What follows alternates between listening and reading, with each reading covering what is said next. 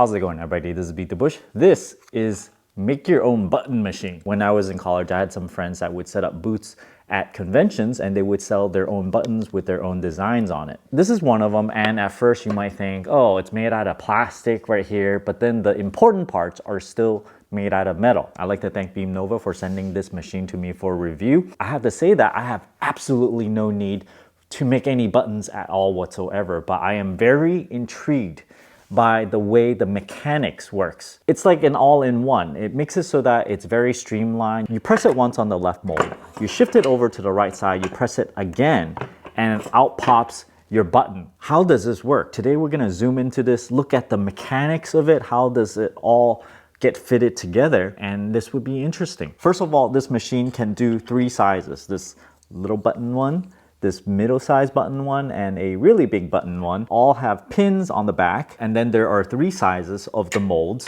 Some circle cutters, and I think you print out your own in color, and then you gotta cut perfect circles in order to make the buttons. It already does come with some white paper, so you can just draw on it, hand do your own artwork one by one. It also comes with a whole bunch of big buttons, middle-sized buttons, and the small buttons, and I think all of these add up to be 500 pieces. If you look at the handle, it is made with very, very thick plastic. It should be able to withstand the stresses of you pushing down to make the buttons. It has a roller bearing here and a metal inside shaft that does the pushing. The center portion is also made of very thick plastic. It's not completely solid, so it does have a few strategic holes in it to reduce the amount of plastic they're using. The center shaft is still made of metal, and the 2 shafts holding it up is made of metal as well. The bottom base, it's completely made out of plastic. First thing you do is take the top mold piece and stick it into the shaft on the upper side. There's a locating pin that you gotta align with the notch over here.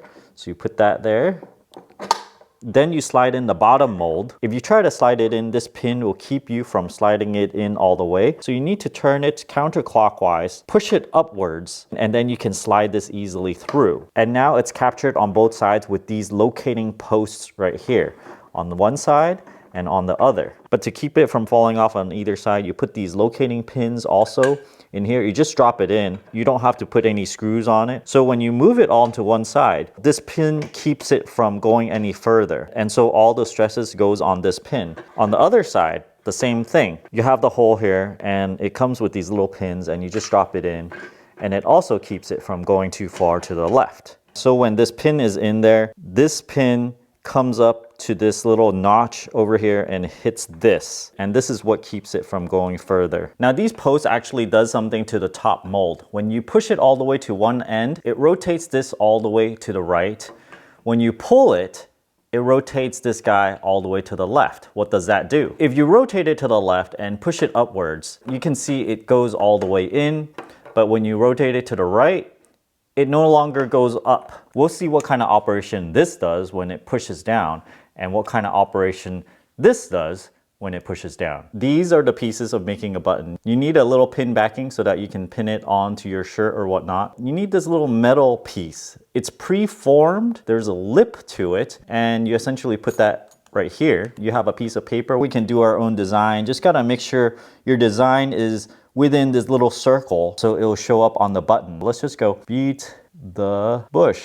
Just for fun, I'm just going to kind of go off the edge here, and then we can see what it looks like if it wraps around. So you push it to the left side and the top mold is going to rotate to the right, and the first operation is going to mold the paper and also the plastic around that metal piece. Press down just like that. And then I'm going to come back off. And then with that one motion, you push this to the other side and you go, hey, where did it go?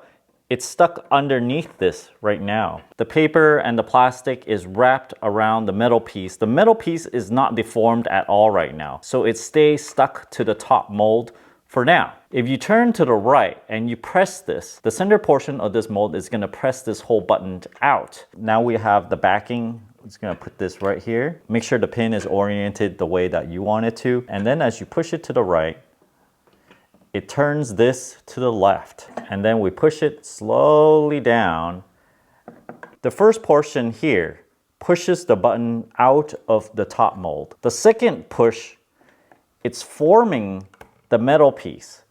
So right there, it's done. I let go, and you got your nice button at the bottom. This metal insert here is what's responsible for crimping the metal around this backing material. So as it comes down and pushes against this, the pressure crimps the metal and forms it onto the backing. See, it fits perfectly right there. Now you might wonder what these springs are doing here. It needs you to push it down with a certain force, and in case the paper gets stuck, it needs a retracting force to go back to the original position. This one I can actually push with my thumb, but if we go to the right side over here where it's crimping the metal, this is a lot harder for me to push. I can't even push it with my fingers, like maybe with my palm.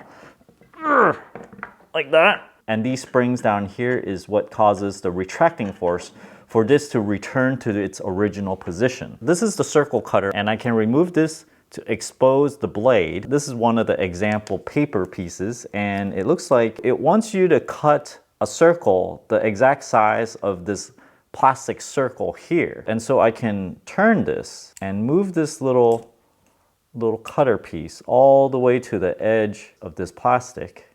And let's say I want to make a Safeway button. So I'm going to put that right on top. Just hold on to the top.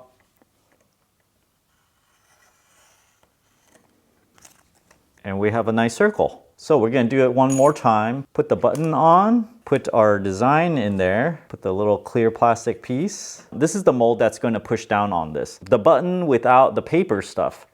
You see, it fits right in. And then when I turn it to the other side and then push it, it pops right out. So if I turn it this way and push down, it's gonna have this hole that is perfect for this button size. And then it's just gonna push this right down on top of that. And if I push this down without that mold, you see it's gonna try to wrap that paper around this button. So now let's do it for real. Put the design on there. Gonna go that way, push it down. Now it gets stuck to the top. We want the pin to be right-handed, so the pointy end points towards the outside with the design reading from left to right right here.